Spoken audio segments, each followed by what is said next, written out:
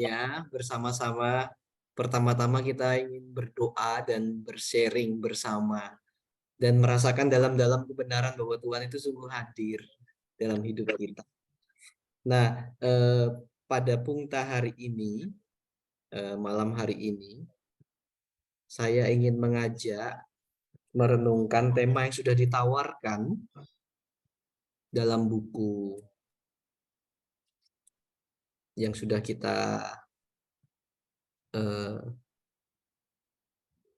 miliki. Apakah bisa melihat?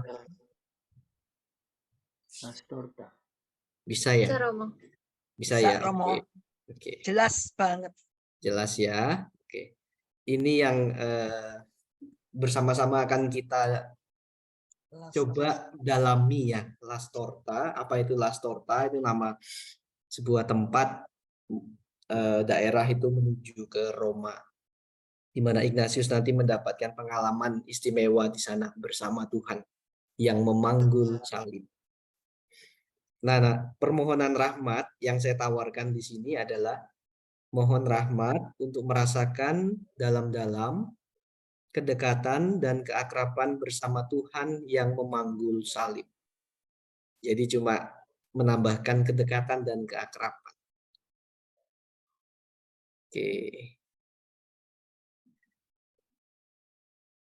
Oke. Semua masih bisa melihat PowerPoint saya ya? Masih. Ya, Pak Romo. Oke. Ini saya kutipkan dari autobiografinya Santo Ignatius Loyola yang menceritakan tentang Lastorta ini.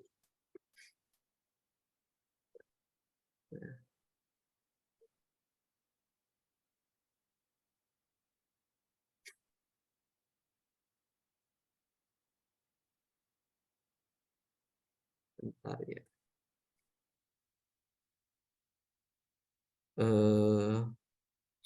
Kelihatannya PowerPoint saya terlalu tinggi sehingga saya harus men-setting dulu. Sebentar ya. Kalau seandainya settingan saya seperti ini nggak apa-apa ya, tidak full ya. Nggak apa-apa. Nggak apa-apa ya. Seperti ini nggak apa-apa ya. Nggak apa-apa, Romo. Kelihatan. Kelihatan kok Romo bisa dibaca. Oke. Ini tadi. Lalu saya akan membacakan ini kisah yang dimuat di autobiografinya Santo Ignatius Loyola. Kemudian pada akhir tahun ketika belum ada kemungkinan naik kapal, mereka mengambil keputusan untuk pergi ke Roma, termasuk si peziarah. Sebab ketika teman-teman pergi, kedua orang yang ditakutinya itu ternyata tampak sangat baik hati. Mereka pergi ke Roma terbagi atas 3 atau 4 kelompok. Dan si peziarah bersama dengan Faber dan Lenes pada perjalanan itu, ia dikunjungi amat khusus oleh Allah. Nah, ini konteksnya adalah mereka sudah, jadi Ignatius kan dalam kisah Ignatius itu, Ignatius pertama dia sebagai peziarah sendiri ke Yerusalem. Lalu dia diminta untuk pulang oleh provinsial Fransiskan. Lalu dia pulang, dia mengatakan, oh saya harus belajar ini. Dia belajar, kemudian dia juga membentuk sebuah kelompok. Dan dia pengen bersama kelompoknya ke Yerusalem lagi. Ternyata dalam perjalanan gagal lagi. Dan dalam kelompoknya itu Ignatius kemudian mengambil waktu untuk membuat yang namanya communal discernment. Jadi bersama-sama melakukan discernment dalam kelompok. Lalu kemudian keputusannya adalah ya kita harus ke Roma. Nah, kemudian ketika keputusan sudah diambil, nah mereka ini dalam perjalanan mau ke Roma. Mau bertemu dengan Bapa Suci untuk menyerahkan diri mereka. Mereka ini sarjana-sarjana dari Paris. Dan siap untuk mengabdi Bapa Suci. Yerusalem mereka temukan sekarang di Roma. Nah, dalam perjalanan ini Ignatius mendapatkan yang bisa kita katakan konfirmasi, peneguhan bahwa memang keputusan mereka dalam kelompok untuk ke Roma itu adalah keputusan yang dikehendaki sendiri oleh Tuhan. Nah, inilah pengalaman Lastorta menjadi penting. Pada perjalanan itu, ia dikunjungi amat khusus oleh Allah. Ia telah mengambil keputusan bahwa 1 tahun sesudah menjadi imam, ia tidak akan mempersembahkan misa sambil mempersiapkan diri dan mohon kepada Santa Perawan, sudilah kiranya menempatkan dia pada putranya. Nah, dalam perjalanan Ignatius itu sendiri meskipun sudah ditabiskan, tetapi dia punya janji bahwa ya nanti setelah 1 tahun baru saya akan merayakan Ekaristi. Jadi dia sengaja mengambil waktu itu untuk istilahnya menjadi niat pribadi dia, mempersiapkan diri dia, dan sembari dia memohon kepada Santa Perawan Maria supaya dia itu betul-betul ditempatkan pada putranya, pada Yesus itu sendiri. Nah, ketika mereka pada suatu hari masih beberapa mil dari Roma, di sebuah gereja, waktu ia sedang berdoa, ia mengalami begitu banyak gerakan dalam hatinya dan melihat dengan begitu jelas bahwa Allah menempatkan dia bersama dengan Kristus putranya. Ia sungguh tidak berani meragukan bahwa Allah Bapa menempatkan dia bersama dengan putranya. Nah, ini pengalaman Ignatius pribadi, tetapi pengalaman ini diceritakan dan juga ikut dirasakan oleh teman seperjalanannya, yaitu Petrus, Faber, dan Lenes. Dan nanti juga ini menjadi pengalaman bersama, pengalaman komunitas.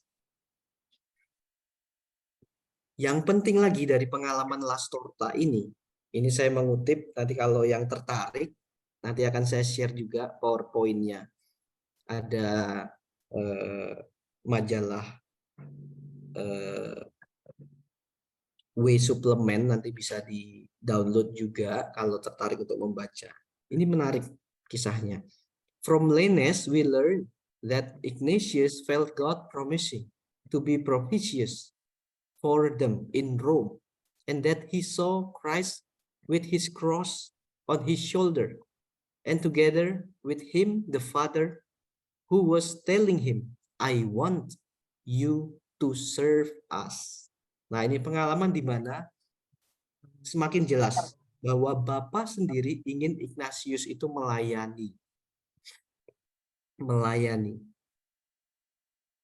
Nah, it was at Lastorta that Ignatius found confirmation of the entire movement, which began in Manresa, and here was born Ignatius' conviction about the name the companions should take, the Society of Jesus. Nah, ini menarik ya. Kalau kita melihat Manresa, itu menjadi pengalaman personal Ignatius, di mana dia untuk pertama kalinya mengalami yang namanya latihan rohani. Dan ketika di Lastorta, ini dia sudah latihan rohani sudah tidak dialami secara bersama, tidak dialami sendiri, tetapi bersama. Dan ini di mana Ignatius sendiri sudah membentuk kelompok. Dan kelompok itu nanti yang dinamai Serikat Yesus. Dan dia mendapat konfirmasi dari pengalaman Lastorta ini. Ini yang meneguhkan Ignatius sendiri.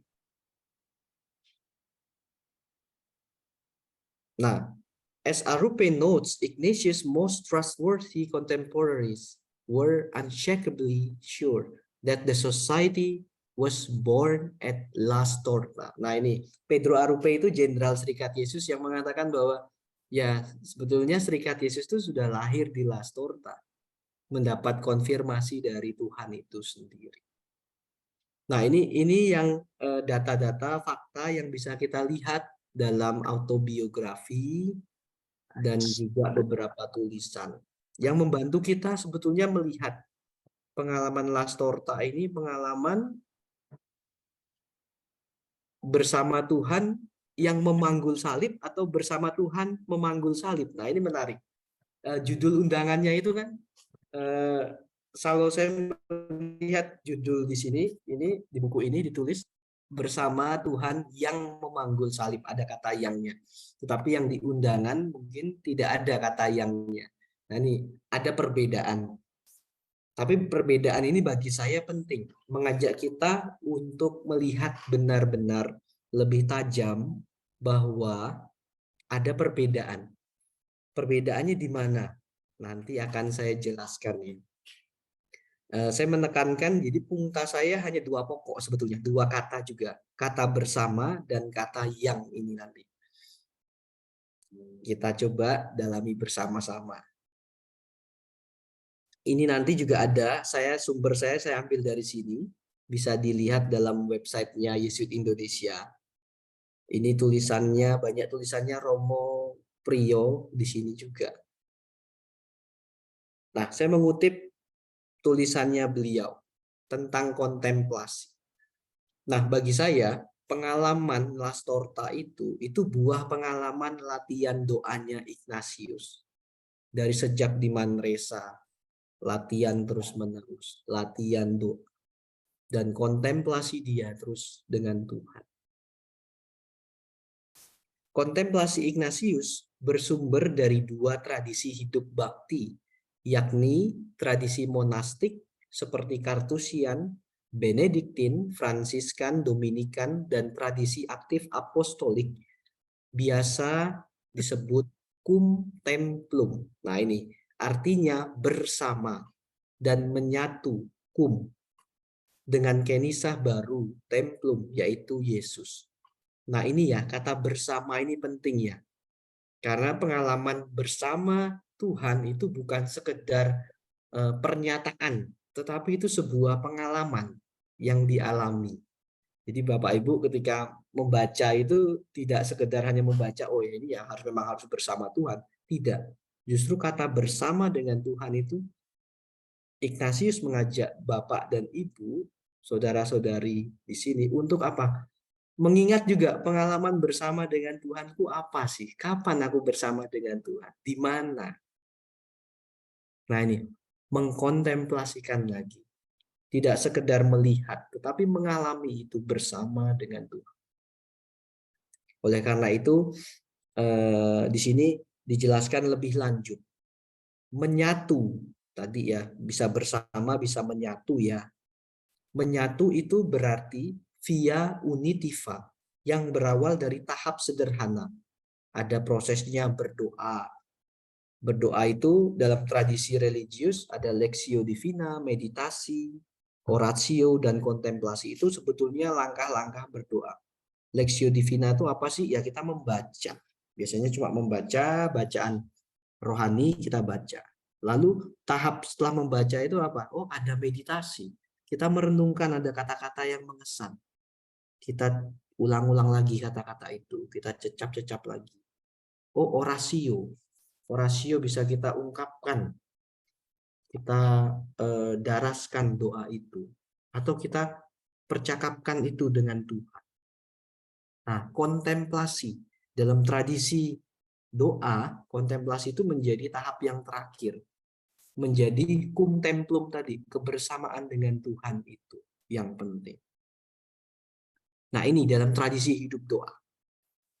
Cum templum dalam doa berarti bisa dikontemplasi ya, menyatu dengan Yesus dalam kedalaman doa dengan Yesus yang ada di sana, di atas atau di tempat sunyi.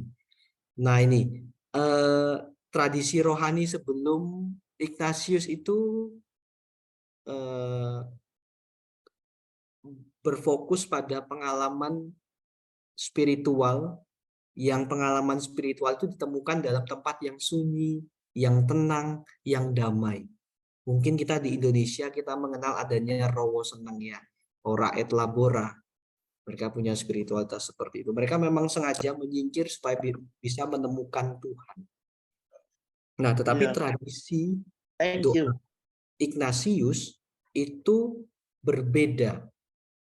Mereka menekankan yang namanya kesatuan apostolis. Nah, apostolik ini kita mengenal ya, dalam gereja ada apostol, para rasul ya. Artinya mereka yang digerakkan untuk mewartakan Tuhan, hidup di antara orang-orang. Sedangkan kesatuan apostolis adalah kesatuan dengan Yesus yang diutus. Nah, ini kata yang ini penting ya. Yang ini memberi apa ya? Memberi arti tentang siapa Tuhan kita itu sih sebetulnya. Yesus yang diutus atau yang sedang menjalankan perutusan di dunia, aktif dalam kehidupan sehari-hari. Nah, ini dua pokok punta yang sudah saya tawarkan, sudah saya jelaskan. Pertama bersama, yang kedua yang. Nah, ini pengalaman tradisi doa dalam kesatuan apostolis itu melihat Yesus yang mereka imani, Yesus yang mereka gambarkan dan mereka yakini, kepadanya mereka cintai adalah Yesus yang diutus. Yesus yang bukan di atas sana di surga, tetapi Yesus yang bisa tertawa, Yesus yang bisa menangis, Yesus yang bisa marah, Yesus yang bisa terluka, Yesus yang punya ketangguhan juga. Nah, ini Yesus yang juga manusia. Nah, inilah yang dimaksud dengan kontemplasi Ignatian. Nah, Ignatius sendiri menggunakan ini ya. Yang dimaksud dengan kontemplasi Ignatian itu kontemplasi yang masuk pada kesatuan apostolis. Jadi pengalaman kontemplasi yang dialami dalam hidup sehari-hari. Bukan berarti tidak membutuhkan doa. Butuh doa, ada waktu, ada ruang. Harus digunakan. Tetapi apa isi dari doa itu? Ya ini pengalaman sehari-hari yang direnungkan terus. Termasuk juga pengalaman ketika kita sedang memanggul salib. Nah, saya mencoba meringkaskan ini sebetulnya ada dalam buku yang sudah ditulis, yang sudah saya tunjukkan referensinya tadi. Ini buku Retret Tahun Ignatian para Yesuit, bisa di-download gratis juga. Ada kontemplasi. Kontemplasi dalam tradisi monastik dan tradisi apostolik. Nah, kalau Serikat Yesus masuknya ke tradisi apostolik. Kita lihat dari bawah. Ada tadi lexio, artinya membaca. Kemudian meditatio. Lalu ada oratio. Ada contemplatio. Nah, tetapi tradisi apostolik itu punya hal yang berbeda. Antara oratio dan contemplatio itu posisinya berbeda ya.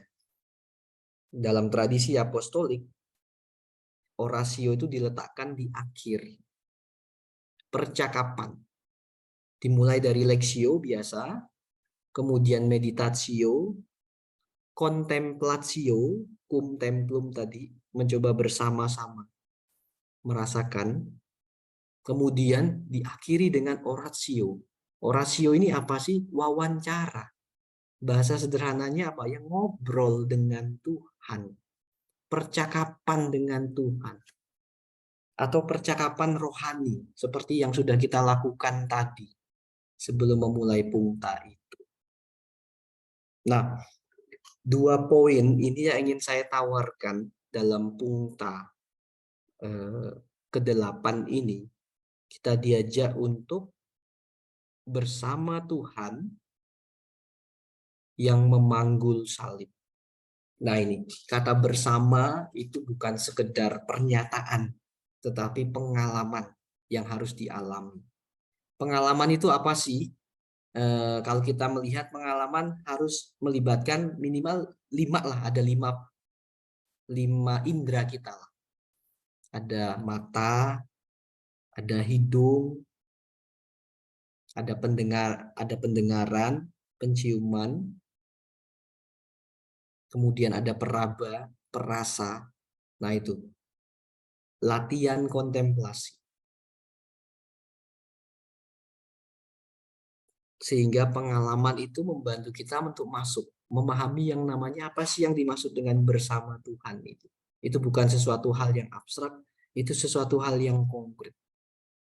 Termasuk Tuhan yang digambarkan oleh Ignatius sebagai Tuhan yang memanggul salib. Dan ini gambaran yang sangat-sangat realistis memang dalam kehidupan ini ya, karena memang Tuhan yang kita ikuti adalah Tuhan yang sedang memanggul salib. Artinya penderitaan yang kita alami itu memang sudah menjadi sesuatu yang kita rasakan, kita alami. Tetapi itu menjadi sarana kita bersatu dengan Tuhan. Cum templum, kita disatukan. Sehingga harapan yang sebetulnya belum kelihatan saat kita mengalami yang namanya penderitaan, nanti pelan-pelan akan tumbuh. Dari pengalaman itu, kita berani bersama Tuhan. Demikian yang bisa saya tawarkan dan saya bagikan. Dua hal yang kira-kira mungkin bisa membantu Bapak Ibu, saudara-saudari untuk meresapkan, membaca ulang lagi bahan yang sudah ditawarkan di sini. Bersama Tuhan yang memanggul salib. Dan kita mohon rahmat untuk merasakan dalam-dalam kedekatan dan keakraban bersama Tuhan yang memanggul salib. Terima kasih. Terima kasih Romo Sabto. Pak Robin, ini kita mau tanya jawab atau sekalian kita lanjut 5 langkah doa dulu? Pak Robin? Kita masuk 5 langkah doa dulu, baru nanti tanya jawab ya. Oke. Saya share screen.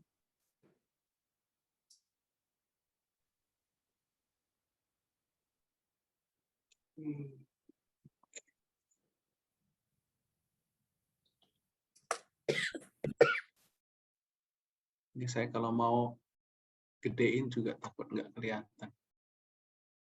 Kira-kira seperti ini. Langkah doa ke-8. Jadi ini ada panduan teks yang didapat dari buku buklet Benang Dalam Harapan. Jadi di bagian akhir itu kan ada panduan-panduan untuk melakukan refleksinya. Ada beberapa pertanyaan, merenungkan dan meresapkan. Nah, untuk masuk ke dalam teks doa itu, saya mengundang Bapak Ibu sekalian dalam kerangka preparasi, aksi, dan refleksi. Untuk tahap preparasi atau persiapan, ya ini kita split dalam 5 langkah doa.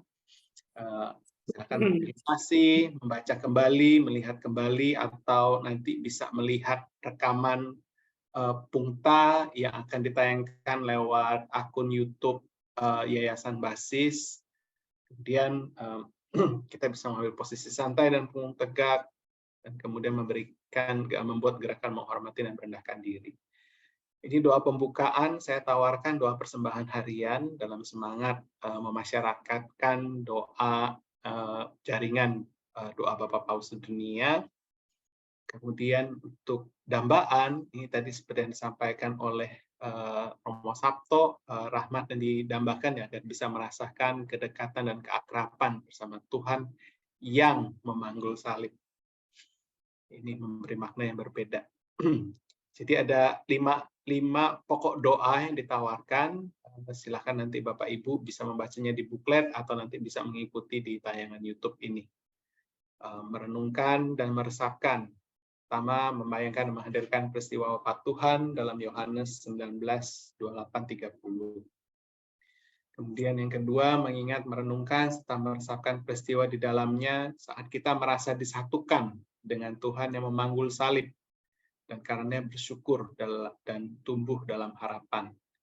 Ketiga, mengingat, meneliti, serta mengenali unsur-unsur baik perasaan, pikiran, maupun kecenderungan. Ini pola ya, jadi kecenderungan kita diundang untuk melihat pola yang menarik diriku untuk menjauh dari Tuhan, dari salib Tuhan. Yang keempat, kita diajak mengingat dan mencatat peristiwa-peristiwa dengan pembelajarannya yang membuat aku bahagia, bersemangat, dan selalu penuh pengharapan karena bersatu dengan Tuhan yang memanggul salib. Ya. Jadi yang ketiga, yang menjauh. Yang keempat, malah senang gitu ya, memberikan satu harapan karena tahu sedang bersatu dengan Tuhan yang memangku salib. 5, mendaraskan dan meresapkan adaptasi kidung dari Filipi. Ya, Yesus Kristus, Engkau Allah, tetapi tidak mempertahankan kesetaraan dan kealahanmu untuk dipertahankan. Justru Engkau mengosongkan dirimu, Engkau mengambil rupa seorang hamba.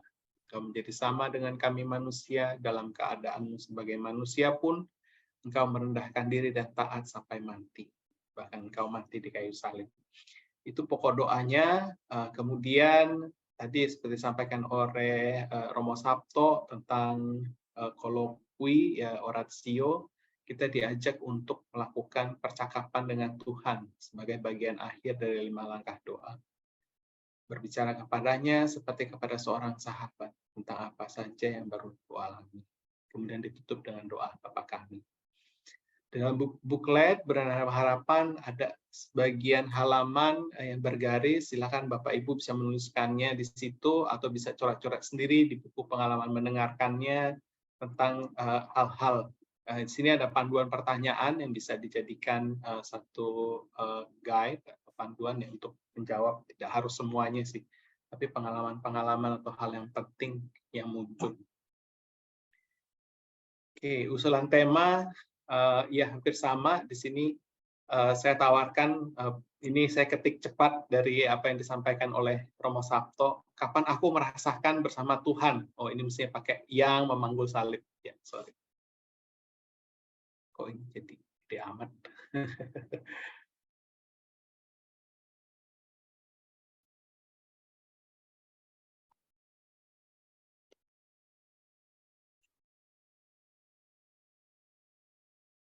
Oke, kedua, kapan ini ya? Ini yang baru terpikir dengan saya. Kapan aku merasakan bersama orang lain yang memanggul salib? Ini menurut saya jadi satu hal yang menarik. Oke, itu kenapa ada usulan tema bila mengulang latihan doa. Bahannya Pungta kita kan dilakukan sebulan sekali. Sementara sampai dengan ketemu Pungta yang selanjutnya, waktunya 1 bulan penuh, kurang lebih. Nah, jadi kalau misalkan Bapak Ibu minggu ini sudah melakukan 5 langkah doa sesuai dengan panduan yang ditawarkan oleh dalam buklet, minggu kedua, minggu ketiga, bila ingin mengulang supaya lebih resep lagi, ini ada beberapa pertanyaan usulan tema bila akan mengulang latihan doa. Jangan lupa nanti dicatat di buku pengalaman mendengarkan. Bulan depan, pada saat percakapan rohani, tinggal dibuka catatannya dan dibagikan. Ya, semoga pengalaman Bapak Ibu juga memperkaya dan meneguhkan teman-teman yang lain dalam kelompok. Demikian 5 langkah doa. Kemudian pertemuan selanjutnya itu ada di bulan September, hari Selasa kedua tanggal 12. Ini akan dibawakan oleh Ibu Erna Kusuma. Ya, nanti kalau belum ada yang kenal Bu Erna Kusuma, pada saat ketemu di Pungta 9, dengarkan suaranya dan tebak dia yang siapa. Suaranya top banget deh. Oke, itu aja dari saya. Terima kasih, saya kembalikan ke MC dan Romo Sabto. Oke, terima kasih Pak Robin. Iya, Bapak Ibu sekalian, kita masih punya waktu sekitar 10 menit. Kalau misalnya ada yang mau menanyakan, mumpung ada Romo Sabto, 1 atau 2 pertanyaan silakan. Boleh ditulis di chat atau langsung unmute mic-nya juga silakan.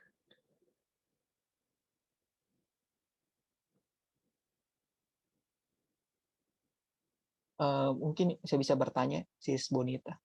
Ya, silakan Kak Adi. Saya mau bertanya sih, kan dalam latihan rohani Ignatian ini kan disuruh kan imajinasi iman, terus kita melakukan percakapan rohani. Biasa kan kita kan bertanya kepada Tuhan gitu, apa sih yang Tuhan mau misalnya dari saya kan, kayak seperti tadi ada seperti seorang sahabat.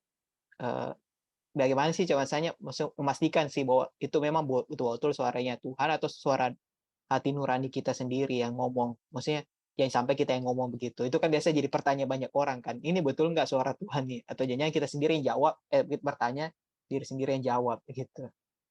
Nah,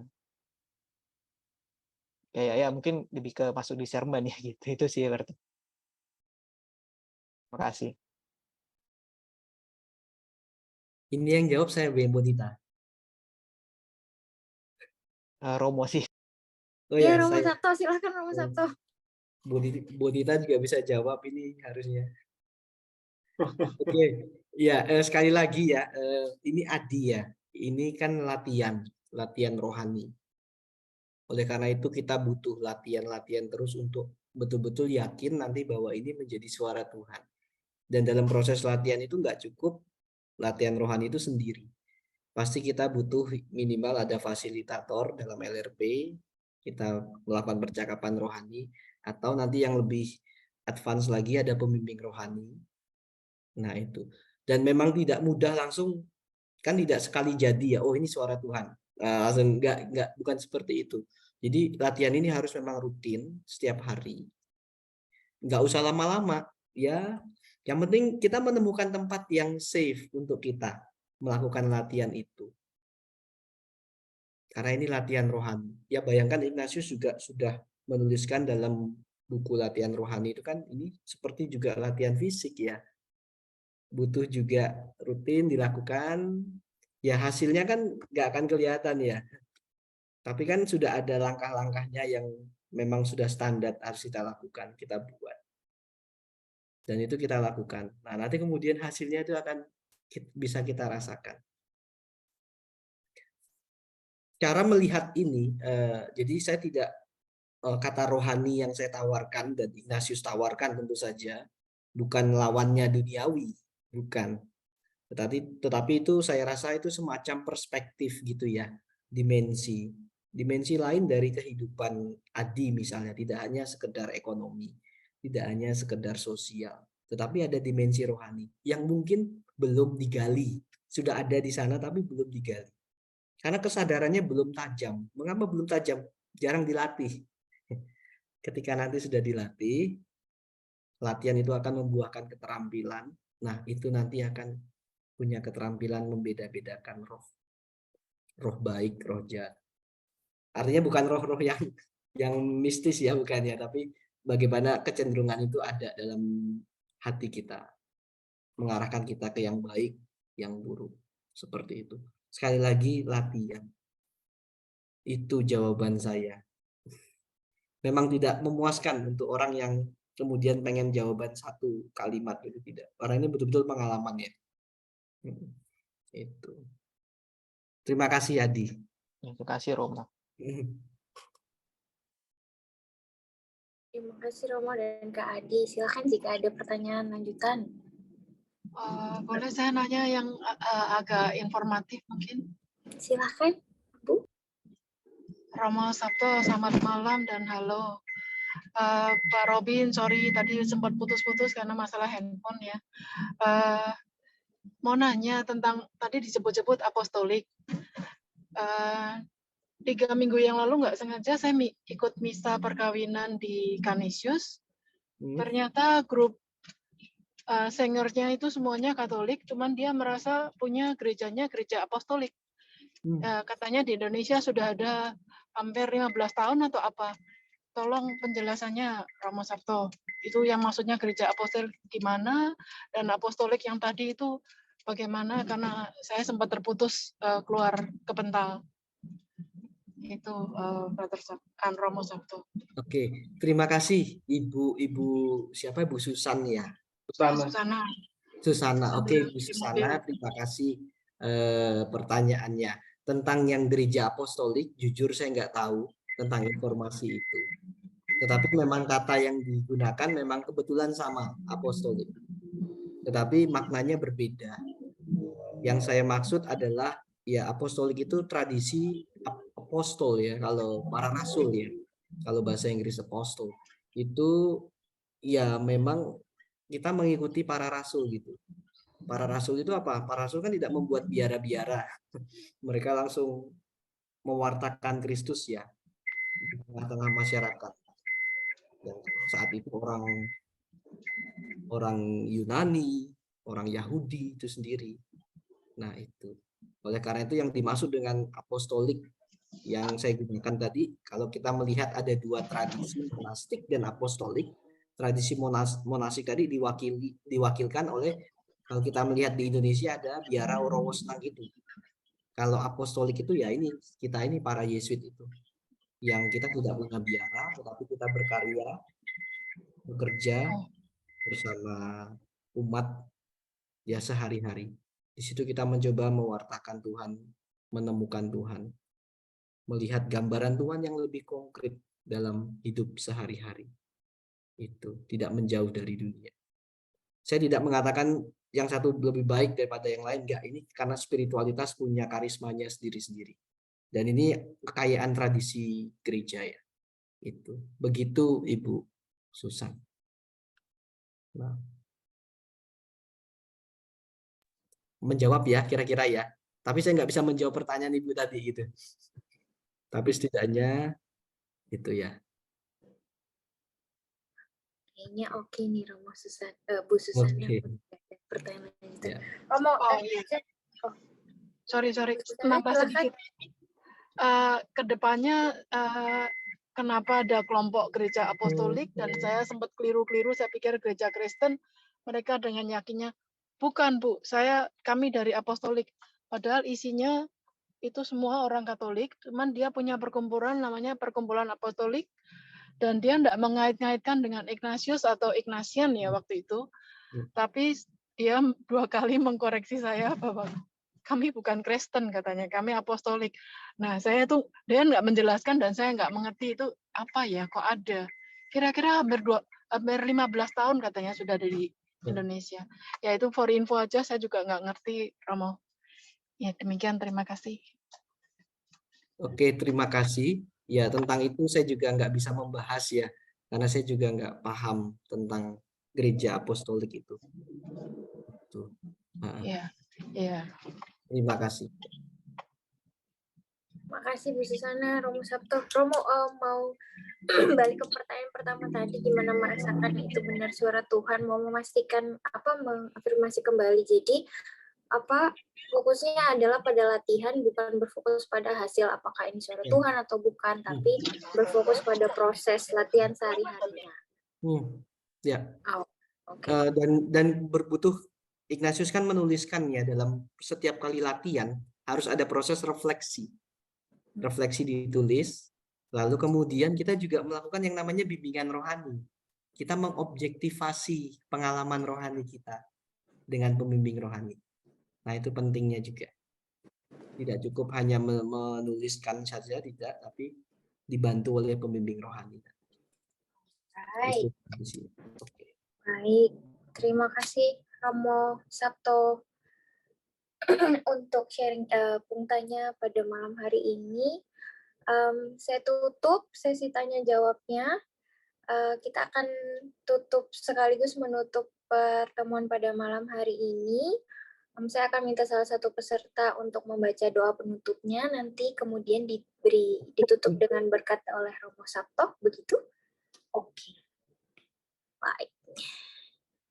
Sekalian, saya minta tolong sekalian Kak Adi mungkin untuk bisa membaca doa yang ditampilkan di layar, doa penutup, kemudian ditutup dengan berkat oleh Romo Sabto.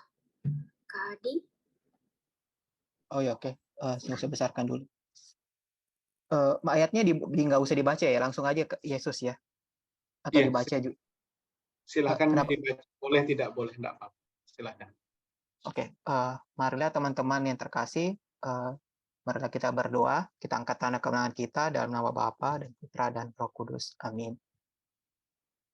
Ajaklah aku beristirahat ya Yesus. Marilah ke tempat yang sunyi dan beristirahatlah seketika. Sebab memang begitu banyaknya orang yang datang dan pergi, sehingga makan pun mereka tidak sempat. Dari Markus bab 6 ayat 30. Yesus, kau pun memerlukan istirahat, karena begitu banyak kesibukan bersama murid-muridmu. Aku percaya kau pun bisa merasakan stres seperti aku. Ajarilah aku mengambil waktu beristirahat, seperti yang kulakukan. perkenankanlah aku merasakan pengalaman-Mu yang paling membahagiakan dalam kesibukanmu. Adalah ketika kau bisa menyepi dan tenggelam dalam doa kepada Bapamu. Yesus, padatnya pekerjaan sungguh menekan aku. Tanpa aku mau, stres demi stres menutupi diriku. Belum lagi, dimanapun aku berada, hiruk-pikuk rasanya terus menyertai aku. Karena aku tidak dapat menolaknya. Keramaian itu diam-diam menjadi kebutuhanku juga. Bahkan menjelang tidur, aku tak mau terlepas dari suara yang melekat di telingaku. Keramaian itu kubawa dalam tidurku, membuat tidurku terganggu. Ketika malam tiba, aku dipaksa membaca dan membalas semua pesan di gawai. Aku dibuat tergesa-gesa. Dalam tidur pun terbayang-bayang apa yang harus kukerjakan. Yesus, hiruk-pikuk, serba sibuk dan stres telah menyatu dalam diriku. Aku membiarkan itu semua menjadi isi batinku. Diam-diam, kereman batin dan menyaksikan itu menjadi candu. Aku jadi tak tahu apa arti istirahat, hingga aku tak tahu lagi arti doa dan bagaimana berdoa. Yesus, bahkan Kau yang selalu dekat dengan Bapa, membutuhkan waktu istirahat dan menyendiri untuk berdoa. Apalagi aku yang sepanjang hari selalu menjauhinya. Yesus, ajari aku beristirahat, dan tuntunlah aku untuk berani lari dari hiruk-pikuk dan kesibukanku, hingga aku dengan sengaja mau menyediakan diri untuk berdoa. Aku yakin ya Yesus, dengan bimbingan-Mu, aku dapat mencikirkan keramaian batin dalam diriku, dan aku mau menjadi tenang dalam kedamaian Bapa-Mu, terbenam dalam doa yang membahagiakan aku. Dengan demikian, akan hilanglah stresku, dan hidupku akan menjadi bebas dan ringan. Yesus, kembalikanlah padaku pengertian akan pentingnya beristirahat dan perlunya doa bagi hidupku. Amin. Amin. Amin. Tuhan bersamamu. Dan bersama bersama rohmu. Semoga saudara-saudari, orang-orang yang dicintai, karya dan pelayanan serta hidup saudara-saudari diberkati oleh Allah yang Maha Kuasa, Bapa dan Putera dan Roh Kudus,